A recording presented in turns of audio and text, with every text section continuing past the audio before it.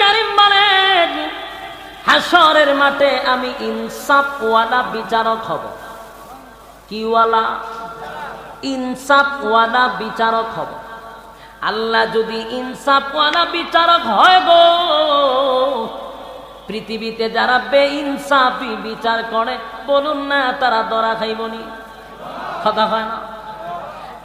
বেইনসাফি বিচারক ভালো করে শুনে রাখ, দুনিয়াতে বেইনসাফি বিচার করস, মাতব্বর যারা ভালো করে শুনেন, মেম্বার চেয়ারম্যান ভালো করে শুনেন, আজকে দুনিয়াতে টাকার কারণে বিচার ঘুরাইয়া দেন। বিচারে যাওয়ার আগেই বাড়িতে গিয়া একটা বান্ডিল পকেটে ঢুকাইয়া দেয়, সত্যটারে মিথ্যা মজলিসে বানায়া দেয়, নির্দোষী মানুষটারে দোষী বানাইয়া মানুষের সামনে অসম্মানী করে। আল্লাহ বলেন অপেক্ষায় থাক, আমি আল্লাহ ইনসাফওয়ালা বিচারক হব, বেইনসাফি বিচারক হব না। আমি মালিক যদি ইনসাফের বিচার করি গো, হাশরের মাঠে পৃথিবীর কোনো বেইনসাফি আমার কাছ থেকে বাঁচতে পারবে না। এরে যুবক ভাই, এরে মুরব্বীরা, এরে মাতব্বররা, মেম্বার চেয়ারম্যান ভাইরা, ভালো করে শোনেন, ক্ষমতা দিছে আল্লাহ আপনাকে, ক্ষমতা দেওয়ার মালিক আল্লাহ, ক্ষমতা দিয়া আপনার চেয়ারে বসাইছে, কিন্তু ক্ষমতার অপব্যবহার যদি করেন, যেই আল্লাহ সম্মান দিয়া এই জায়গায় বসাইছে, হেই আল্লাহ জুতা দা বাড়িতে পারেনি? কথা হয় না? মালিক কিন্তু জুতা দা ফিডাইয়া লামাইতে পারে।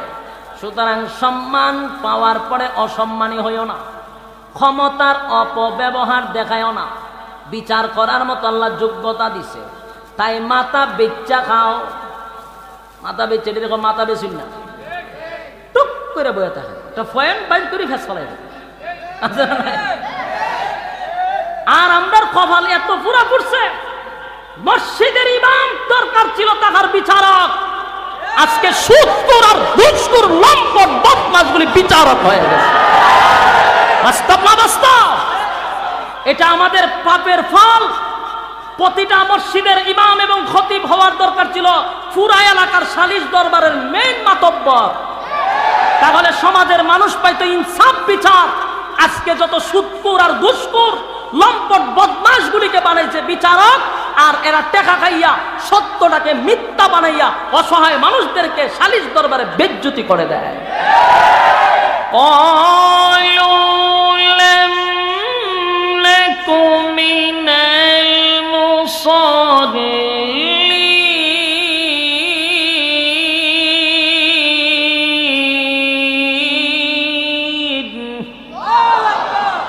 এক নাম্বার, قالوا لم نكن من المصلين। এক নাম্বার কারণ, قالوا لم نكن من المصلين। জাহান্নামীরা বলবে, এ জান্নাতীরা, জাহান্নামে আসার এক নাম্বার কারণ হলো দুনিয়ার জমিনে ব্যবসা বাণিজ্য করছি একসাথে, চাকরি করছি একসাথে, খেলাধুলাও করছি একসাথে, কিন্তু যখন মসজিদে আজান হয়ে যাইত রে, আমি দেখতাম ব্যবসাটা বন্ধ করে তুমি মসজিদের দিকে দৌড়াইতা। দোস্ত, আমি তাকায় দেখছি চাকরির সময় আজান দিলে চাকরি ছেড়ে তুমি মসজিদে চলে যাইতা। আমি দেখছি খেলাধুলা করতাম দুইজন, কিন্তু আজানটা দিলে পড়ে দৌড়াইয়া তুমি মসজিদে যাইতা। ক্বালু লাম নাকু মিনাল মুসাল্লিন, তুমি মুসল্লি ছিলা, আমি মুসল্লি ছিলাম না। বলুন, জাহান্নামে যাওয়ার এক নম্বর কারণ কি না পড়া? কথা কই না দি? আপনারা সাথে যারা এখানে সবাই বসে রয়েছে, আর কিছু পাবলিক আছে ও বাউন্ডারি বাজত ভাই আমার যাচাই বাছাই করতেছে, দেখা যাক যে কি পর্যন্ত বাইরে দিতে পারে। ছক্কা চার মারলে আসবো, সিঙ্গেল রানে তাদের পোষায় না। এই সবাই মিল্লা চিন্তা করেন তো, জাহান্নামে যাওয়ার এক নম্বর কারণের মধ্যে এই এক নম্বর কারণটা সবার মধ্যে আসেনি? সবার মধ্যে না থাকলেও অসংখ্য মানুষের মধ্যে কারণ আছে। কথা বলেন না দি? না সবাই ফাঁকা নামাজি? এখানে তো নামাজ হয়েছে, কয়জনে পড়ছে? তাহলে জাহান্নামে যাওয়ার 1 নম্বর কারণ কি? হ্যাঁ, আপনারা আমার ওয়াজ শুনেননি, একটু কথা কই, অল্প সময় পাইলে ওয়াজ হয় না, তাড়াহুড়া থাকে কথার মধ্যে, বক্তাও ওয়াজ করে মজা পায় না, শ্রোতাও ওয়াজ শুনে মজা পায় না, একটা তাড়াহুড়া থাকে। তাহলে আপনি চিন্তা করেন 1 নম্বর কারণ কি? নামাজ। খুব মনোযোগ, 4 কারণে জাহান্নামী। 1 নম্বর পয়েন্ট হলো নামাজ। قالوا لم نك من المصلين, জাহান্নামীরা বলে জাহান্নামে আসার 1 নম্বর কারণ হলো নামাজ না পড়া। আরে দুনিয়ার জমিনে একই সাথে চলাফেরা করছি, একই সাথে উঠা বসা করছি, বন্ধু রে তোর সঙ্গে ভালো সম্পর্ক ছিল, কিন্তু তাকায়া দেখতাম আজানটা হইলে দৌড়ায় মসজিদে যাইতি, আমি মসজিদে যাইতাম না। ক্বালু লাম নাকু মিনাল মুসাল্লিন, তুই মুসল্লি ছিলি, আমি মুসল্লি ছিলাম না, তাই জাহান্নামে আসার 1 নম্বর কারণ হলো নামাজ। গোটা বাংলার জমিনে কত হাজার হাজার মাহফিল হয়, প্রত্যেক বছর মাহফিল হয়, কত হাজার হাজার লক্ষ লক্ষ মসজিদের মিম্বরে ওয়াজ হয়। এত ওয়াজের পরেও বলুন তো দেখি নামাজি বাড়ছে না কমছে? বাড়ে নাই, ওই পরিমাণ বাড়ে নাই যেই পরিমাণ ওয়াজ হয়। কথা হয় না? যেই পরিমাণ ওয়াজ হয় সেই পরিমাণ নামাজি বাড়ে না। কিন্তু যাই না রাখেন, কিয়ামতের কঠিন ময়দানে সর্বপ্রথম হিসাব হবে নামাজ। কথা কয় না? আউয়ালু মা ইউহাসাবু বিহিল আবদু ইয়াউমাল কিয়ামাতিস সালাহ, কিয়ামতের ময়দানে সর্বপ্রথম হিসাবটা হবে নামাজের। আমার যুবক ভাইরা, অবহেলা হেলায় আর কেলা কিন্তু নামাজ ছেড়ে। নামাজ শুরু হয়েছে মসজিদে, এখানে বই দোকানে বুট খায়, এখানে বই আড্ডা মারে। যুবক ভাই, কথাগুলি একটু দিলের কান লাগায় শুনেন। 1 নাম্বার কিন্তু নামাজ, 1 নাম্বার কিন্তু নামাজ। অথচ আল্লাহর পয়গম্বর এই নামাজটা কায়েম করতে গিয়া বেঈমানের হাতে মার খাইছে। আমরা তো নামাজ পড়তে গিয়ে কি মার খাই? ময়মনসিংহের মানুষ কথা বল না কা, আজকে তো এটা বাউন্ডারে রাখছেন, এটা ময়মনসিংহ বানাই লিছেন। কথাগুলি একটু দিলের কান লাগায় শুনেন। আল্লাহর পয়গম্বর নামাজ পড়তে গিয়ে মার খাইছে, আমরা কি মার খাই? নামাজ পড়ছেন কেউ মারছে? কেউ তো হাবিবে কিবরিয়া নামাজের সেজদায় গেলে গামছা লাগাইয়া পয়গম্বরে টানতো। আল্লাহর পয়গম্বরের উপরে উটের নারী বুড়ি তুলে রাখত। নামাজ পড়ার কারণে পয়গম্বরকে আঘাত করত। এই নামাজ কায়েম করছে, পয়গম্বর শরীরে অসংখ্য আঘাতের চিহ্ন ছিল। আজকে নামাজ পড়তে কেউ মারে না গো।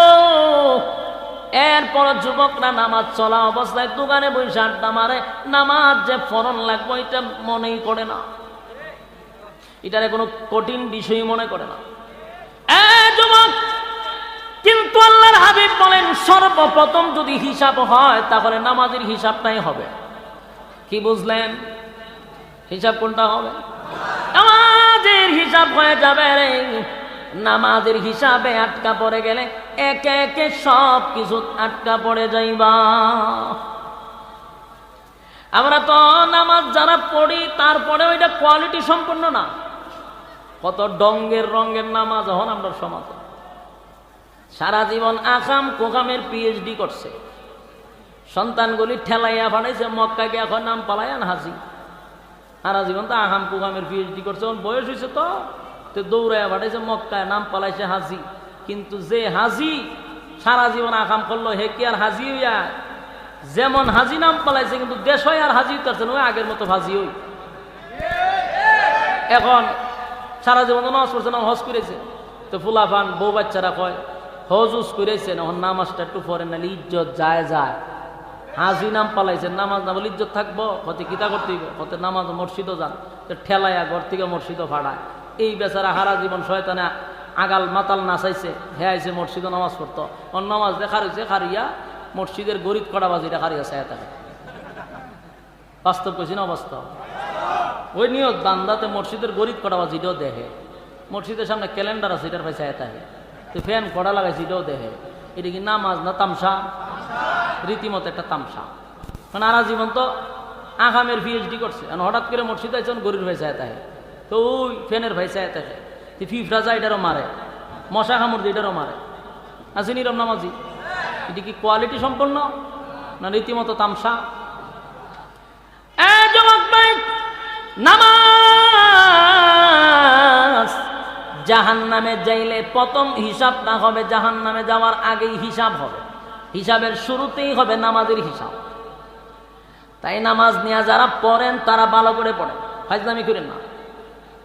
অনেকের নামাজ দেখলে শয়তানও হাসে, নামাজও দাঁড়াইয়া পিছনে কে আর সেইটাও দেখে কি নামাজ কথা। আরে নামাজ কেমন হওয়া দরকার? হযরত আলী রাদিয়াল্লাহু তাআলা আনহু যুদ্ধের ময়দানে তীরের আঘাত পাইছে পায়ে, সাহাবায়ে কেরাম তীরটা টানাটানি করে, উনি চিৎকার মারে, রক্তক্ষরণ হয় গো, কেউ উনার পাত থেকে তীর সরাইতে পারে না। আল্লাহর হাবিব বলেন, সাহাবীরা রে, আমার আলী যখন নামাজে দাঁড়াবে তোমরা কেউ তার পায়ের তীরটা খুলে নিও। হযরত আলী যখন নামাজে দাঁড়াইছে, সাহাবীরা পিছনে গিয়া তীরটা টেনে তারপরে বাহির করছে, আলী লড়েও নাই। সুবহানাল্লাহ বাড়িতে গিয়া একটা তীর পায়ের ভিতর থেকে টেনে বাহির করছে, উনি লড়েও নাই। তার মানে নামাজে যখন দাঁড়াইছে কোনো কিছু আর খেয়াল নাই, একমাত্র আল্লাহর সামনে। সুবহানাল্লাহ। আর আমরারে মশা শুধু একটা কামড় দেয়, মসজিদের মধ্যে এমন তাফা মারে, এটা ঘরের মধ্যে আওয়াজ যায়, যেমন বোঝা যায় বোমা ফটায় দিছে। সাহাবায়ে কেরামদের নামাজ এমন ছিল, আপনারা খলিফাতুল মুসলিমিন উমরের ব্যাপারেও জানেন। ওনার মৃত্যু কিন্তু হয়েছিল, আঘাত পাইছিল মসজিদে নামাজরত অবস্থায়। সাহাবীর মধ্যে খলিফাতুল মুসলিমিন উমর খুব শক্ত ছিল, কঠোর ছিল, ইসলামের ব্যাপারে খুব শক্ত। খলিফাতুল মুসলিমিন হযরত উমর কিন্তু নামাজের মধ্যে আঘাতপ্রাপ্ত হয়েছেন। আমরা হইলে ও মাই গো হয়ে চিল্লাই আসতাম, মসজিদ দোলা বলিলাম কথা বল নাকি, ও মায়া মায়া গো হয়ে মসজিদের ইমাতাতি মাতা গইরাইলাম কথা। কিন্তু এক ঘাতক আগের থেকেই খলিফাতুল মুসলিমিন উমরের উপর একটা রিস ছিল, সে খঞ্জর বানাইতো, তো বলছিল যে আমার একটু টেকাটা যেন বাড়ায়া দেয়। খলিফাতুল মুসলিমিন উমর কইছে যা দেয় এটা করে ইনসাফ ভিত্তিক দিতেছে, তো হে একটা রিস বানছে যে তুমি সব জায়গায় দয়া দেখাও আর আমার ব্যাপারে বেইনসাফি করছো, তো তোমার একদিন আমার একদিন। এই ঘাতক তখন খঞ্জর বানানো শুরু করলো। তো এমন খঞ্জর বানাইছে এটা দুনো দিকে চাকু, এদিকেও আছে এদিকেও আছে, এরকম দেখছি মাঝখানে এটা তাকে দরবার, এটা এই দুনো দিকে থাকে। আপনারা তো চিনেন বালা করে, চিন্তা না করে বাউন্ডারের বেড়ায় খাও খাইটা মিছিল করেন আপনারা, আপনারা চিনেন তো চিন্ত কেনা, আপনারা কিন্তু আমার ভয় লাগে। ভালো করে শুনেন, দুই দিকে ছুরি, মাঝখানে হাত। ঘাতকের বাচ্চা কিন্তু ইমানদার ছিল না, কিন্তু ইমানদারের বেশ ধরছে। ওইরা মসজিদের মধ্যে গেছে, একটা চাদর মুড়ি দিয়া ভিতরে এই খঞ্জর তো রাখছে, ভিতরে চাকু একটা ভিতরে রাখছে। সেদিন সবার আগে মসজিদের আগের কাতারে গিয়া খলিফাতুল মুসলিমিন উমর মিম্বরে দাঁড়াইছে নামাজ পড়ানোর জন্য। আর এই ঘাতক খলিফাতুল মুসলিমিন উমরের বরাবর পিছনে মুয়াজ্জিনের সামনে গিয়ে দাঁড়াইছে। হযরত ওমর যখন আল্লাহু আকবার বলে সূরা ফাতিহা কমপ্লিট করল, আরে একটা সূরা মিলাবে, এই মুহূর্তে এই ঘাতক ভিতরে ঢুইকা প্রথমেই উনাকে যখন আঘাত করছে, এটা পাকস্থলীর মধ্যে, পাকস্থলী খেটে ফেলাইছে। এরপর ওনার পাজরের মধ্যে খুব ঘন ঘন উনি আঘাত করলো।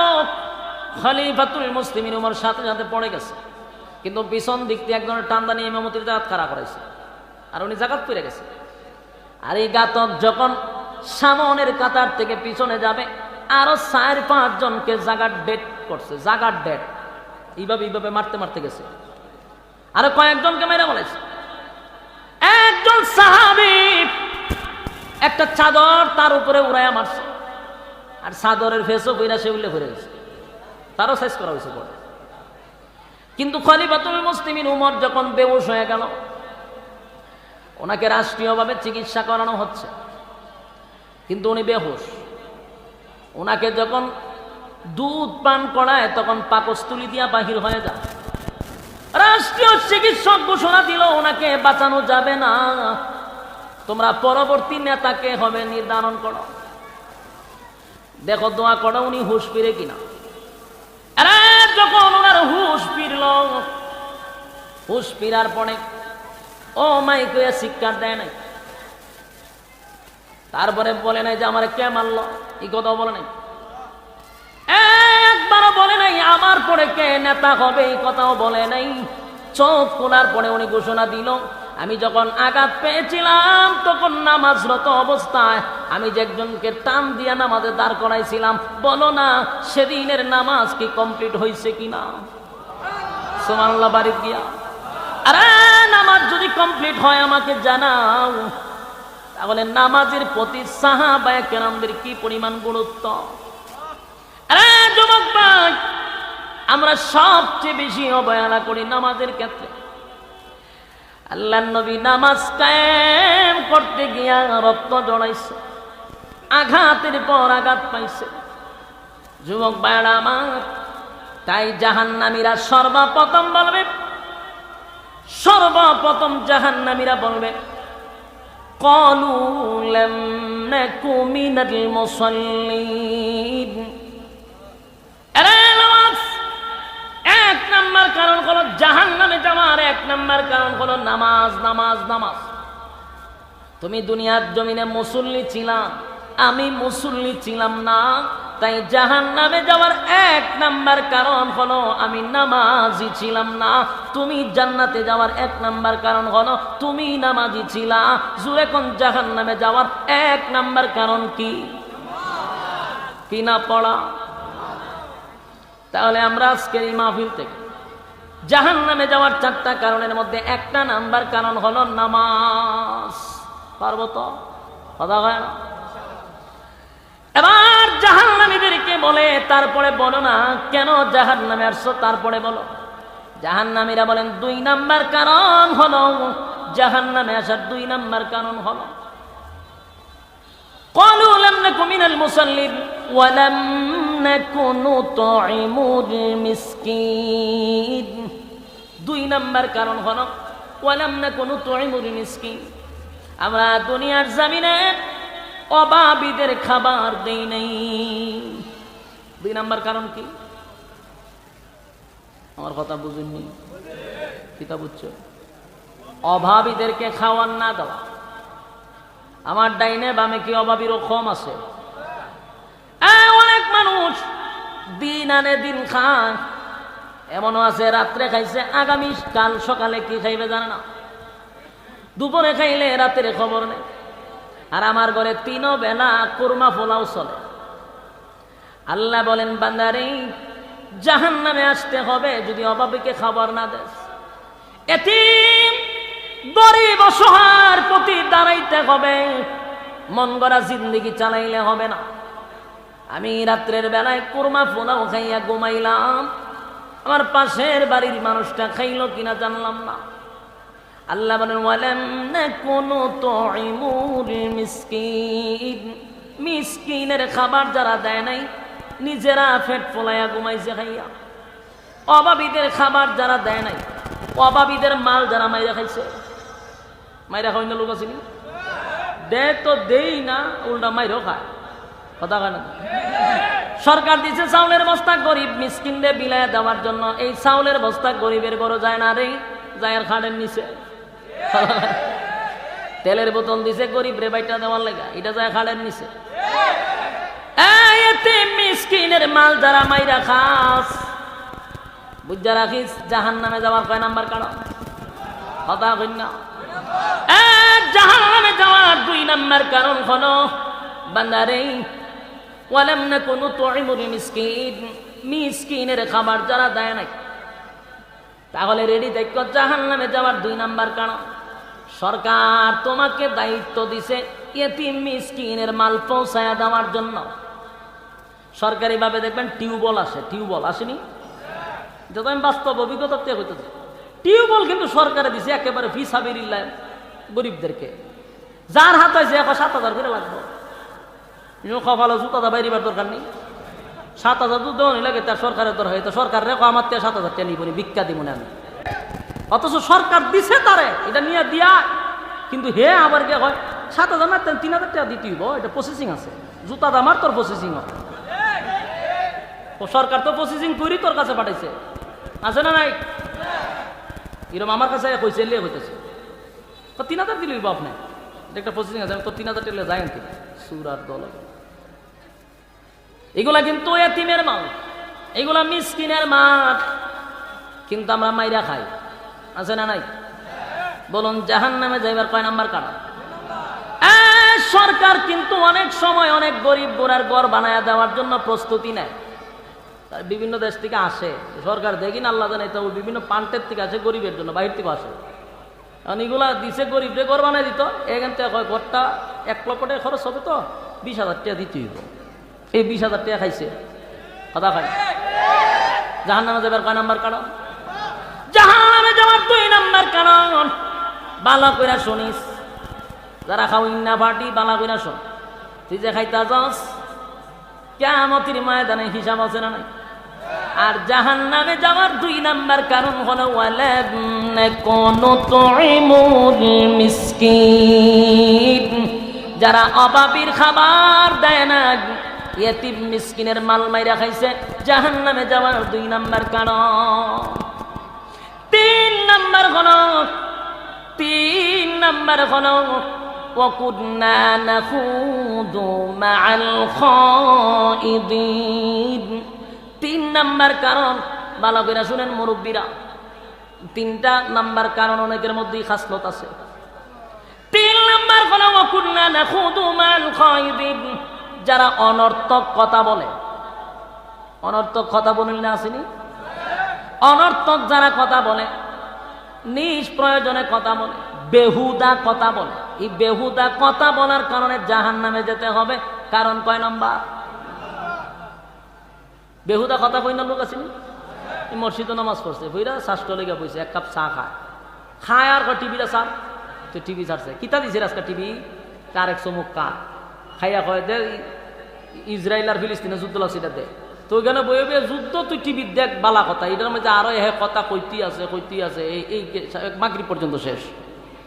আবার মাগরিবের পর 1 কাপ চা লইয়া বসে, তো তসবিহ একটা আতো সুবহানাল্লাহ পড়তেছে, আবার যেতে তোর মাইয়া বিয়া দিস নি, তো তোর ঘরে খাওয়া না চিনি, তোর বাপ তারে বাদ দিছি, তোর বাপ আমাদেরকে বিচার দেয়, ঘেরে এরকম খরচ করে 100 সুমা দালাইছে, গুড়ি 100 হয়ে গেছে না, এই আগাম পুগাম সুদ্ধা ওই তসবির আঘাত একটা এইভাবে খারাপ আছে, এটার মধ্যে একটা সুমা মাইরে দেয়, এটার মানে হইলো 100 পুরা হইছে। জাহান্নামে যাবে কয় নাম্বার কারণ? 3 নাম্বার কারণ। ওয়াকুন্না নাখুদু মাল খাইদিন, আমরা কিন্তু অনর্থক কথা বলি, সাবধান, অপ্রয়োজনীয় কথা বলা যাবে না, কথা হয় না? কথা কইতে কইতে এমন অভ্যাস হয়েছে, আমরা যখন প্রোগ্রামে গিয়ে বসি, কোনো জায়গার থেকে গিয়ে বই, তো অনেক দূর থেকে সফর করে আসে, তোমার ক্লান্ত শরীর, একটু বইয়া একটু রেস্ট নিতাম যায়, থেকে আমাদের সাথে কথা হয়, কথা কইতে কইতে যখন আমরা কথা কম কই, তো হুজুরটা অহংকার ভিতরে, মারাত্মক অহংকার, গেছিলাম কথা কইতাম, কথা কয় না, অহংকার। তো এইটাও যখন হয় না, তখন ফেসবুকে লিখে দেয় এই বক্তাটা অহংকারী বক্তা, ওই যে এত বর্ডার করে অভ্যাস, অনেক লোক এখানে উত্তর দিন এলে ফেসবুকে লেগে অহংকারী, ওই যে কথা কইছি না, তাহলে আমি চিন্তা করি আর সব না, বক্তারা অহংকারী বানাইছে, অনেক সাথে বর্ডার করন আসেন, এরকম খাসলা বেশি আছে। জাহান্নামে যাবে কয় নাম্বার কারণ? 3 নাম্বার, ইয়াদ রাখেন খালি। জাহান্নামে যাওয়ার 3 নাম্বার কারণ, বেহুদা কথাবার্তা বলা, অনর্থক কথাবার্তা বলা, অপ্রয়োজনীয় কথাবার্তা বলা। রাস্তা দিয়ে যাচ্ছেন, বাজারে যাইবেন, নন্দনপুরে অসুবিধা নাই, এখান থেকে যতক্ষণ যাবেন, একা একা গেলে জিকির করতে থাকবেন, লা ইলাহা ইল্লাল্লাহ পড়বেন অথবা সূরা ইখলাস পড়বেন, যেটা পারেন সেটাই পড়তে পড়তে যান। অপ্রয়োজনীয় কথা বলবেন না, কারণ অপ্রয়োজনীয় কথা বলার কারণে জাহান্নামে যেতে হবে। কারণ হলো 3 নাম্বার। কারণ কয় নাম্বার? আরে যুবক ভাই, জাহান্নামে যাওয়ার 3 নাম্বার কারণ, 3 নাম্বার কারণ। 4 নাম্বার কারণ হলো ওয়াকুন্না নুকাযযিবু বিয়াউমিদ্দিন। 4 নাম্বার কারণ হলো পরকালের উপর যারা বিশ্বাস করে না। কয় নাম্বার? পরকালের উপর বিশ্বাস করে না। খালি যে কিয়ামতের বিশ্বাস করে এমনটা না। যেমন মসজিদের ইমাম সাহেব বয়ান করছে, হ্যাঁ গিয়া শাস্তলা ওয়াজ করে, ইমাম সাহেব যে কথাটি কইছে এটি কি অবলি সত্য নি? এই এতটুক বলার কারণে জাহান্নামে যাওয়ার 4 নাম্বার কারণ। কথা হয় না? পরকালের উপর বিশ্বাস করতে হবে। এই পৃথিবী চিরস্থায়ী নয়, এই বিশ্ব পরিস্থিতির পরিসমাপ্তি আল্লাহ ঘটায়া দিবে। কথা হয় না? এই পৃথিবী চিরস্থায়ী নয় গো, এই পৃথিবী চিরস্থায়ী নয়। কেউ থাকতে পারে নাই, আমরাও থাকবো না, চলে যেতে হবে। চলে তো যাবই, ইকানেই শেষ হলে ভালো ছিল। আল্লাহ বলেন না, পুনরায় আমি আবার জীবিত করব, জীবিত করিয়া পাই পাই পাই করে আমি হিসাব নিব। কথা কয় না? রব্বে কারীম বলেন, হাশরের মাঠে আমি ইনসাফওয়ালা বিচারক হব। কি ওয়ালা? ইনসাফওয়ালা বিচারক হব। আল্লাহ যদি ইনসাফওয়ালা বিচারক হয় গো, পৃথিবীতে যারা বেইনসাফি বিচার করে বলুন না তারা ধরা খাইবনি? কথা হয় না? বেইনসাফি বিচারক ভালো কইরা শুনে রাখ।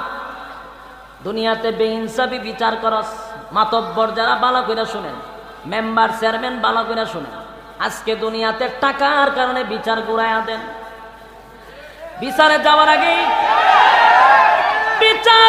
আগেই বাড়িতে গিয়া একটা বান্ডিল পকেটে ঢুকাইয়া দেয়, সত্যটারে মিথ্যা মজলিসে বানায়া দেয়, নির্দোষী মানুষটারে দোষী বানাইয়া মানুষের সামনে অসম্মানী করে। আল্লাহ বলেন, অপেক্ষায় থাক, আমি আল্লাহ ইনসাফওয়ালা বিচারক হব, বেইনসাফি বিচারক হব না। আমি মালিক যদি ইনসাফের বিচার করি গো, হাশরের মাঠে পৃথিবীর কোনো বেইনসাফি আমার কাছ থেকে বাঁচতে পারবে না। এরে যুবক ভাই, এরে মুরব্বীরা, এরে মাতব্বররা, মেম্বার চেয়ারম্যান ভাইরা, ভালো করে শোনেন, ক্ষমতা দিছে আল্লাহ আপনাকে। ক্ষমতা দেওয়ার মালিক আল্লাহ। ক্ষমতা দিয়া আপনার চেয়ারে বসাইছে, কিন্তু ক্ষমতার অপব্যবহার যদি করেন, যেই আল্লাহ সম্মান দিয়া এই জায়গায় বসাইছে, হেই আল্লাহ জুতা দা বাড়িতে পারেনি। কথা হয় না? মালিক কিন্তু জুতা দা ফিডাইয়া লামাইতে পারে। সুতরাং সম্মান পাওয়ার পরে অসম্মানী হইও না, ক্ষমতার অপব্যবহার দেখায়ও না। বিচার করার মতো আল্লাহ যোগ্যতা দিছে, তাই মাথা বেচা খাও। মাথা বেচে দেখো, মাথা বেচুন না, টুক করে বয়ে থাকে, একটা পয়েন্ট বাইর করে ফেস ফেলাই। আর আমরার কপাল এত পুরা পড়ছে, মসজিদের ইমাম দরকার ছিল তাহার বিচারক, আজকে সুদখোর আর ঘুষখোর লম্পট বদমাশগুলি বিচারক হয়ে গেছে। বাস্তব না বাস্তব? এটা আমাদের পাপের ফল। প্রতিটা মসজিদের ইমাম এবং খতিব হওয়ার দরকার ছিল পুরা এলাকার সালিশ দরবারের মেইন মাতব্বর, তাহলে সমাজের মানুষ পাইতো ইনসাফ বিচার। আজকে যত সুদখোর আর ঘুষখোর লম্পট বদমাশগুলিকে বানাইছে বিচারক, আর এরা টেকা খাইয়া সত্যটাকে মিথ্যা বানাইয়া অসহায় মানুষদেরকে সালিশ দরবারে বেজ্জতি করে দেয়। একমাত্র আমাদের কারণে আমরা ইমাম মুয়াজ্জিনদেরকে মূল্যায়ন করি না। আমি মাঝে মধ্যে আমার এবার কয়েক বছর ধরে আমার একটা অভিজ্ঞতা হয়েছে। অভিজ্ঞতা করে আমি ঢাকা ছেড়ে বাড়িতে থাকি। এখন যে মাদ্রাসার কারণে 1 বছর ধরে আমি বাড়িতে থাকি, বাকি বছর আমার ছোটবেলার থেকে নিয়ে সব বাইরে বাইরে জীবন কাটাইছি। গ্রামের অনেকের নামও আমি জানি না। এখন 1 বছর টাকার পরে আমার একটা অভিজ্ঞতা হয়েছে। আমি আফসোস লাগে, সালিশ দরবারে যখন আমরার মতো ব্যক্তিরা এরার মুখের পয়সা হতে আমরা সিগারেট খাইতেছে আর একটা টুকনি দেয় আর বিচার করে 4-5 জন এক গ্রুপে বিচার বসে বইয়া এই 4 জন কিন্তু এক দলের ওই আগের তুই গ্রুপে আমি এটা কমো তুই হবে না হইতো না এরপরে এটা ফেসমেস লাগাই আমরা জামগা এরপরে বিচার আজকে হইতো না বিচার আজকে হইতো না আগামীকালকে আবার 2 দিন পরে এই যে ফাইজলামি করে আমি একদিন কইলাম বলে বেটা 64 জেলাটা গুইরা যে খায় কোনো অ্যাঙ্গেলে বলদ হয় না কিতা কইন আপনারা যে বেটা 64 জেলা গুইরা খায় কি কোনো অ্যাঙ্গেলে বলদ হয় এর বলদ বাদলা আপনি বলদ আমি বললাম আমার কাছে বিচার করাইতে 60টা তো এক ফেটো কাজ খাইয়া সাইরোটাই এক কানে যুক্তি করে আমি ঘুমো এমনি তুই হইবে এমনি দুজনে তোর আর আমি গাইলামু জগরা তোর আর আমার লাগবো কোনো বিচার আজকে হইতো না 15 দিন পরে বিচার যদি শেষ হয়ে যায় আমরা ফোয়াটা সিগারেট দিব কেডা টেকা দিব কেডা বিচার তো লাগাই রাখা লাগবো বাস্তব কইলাম না বাস্তব আপনারা বাস্তব কইল না আমি নিজের চোখে দিকে কইতেছি এই পলিটিক্স চলে গ্রামগঞ্জে অসহায় মানুষগুলি বিচার পায় না যার টেকা আছে এর বিচার আছে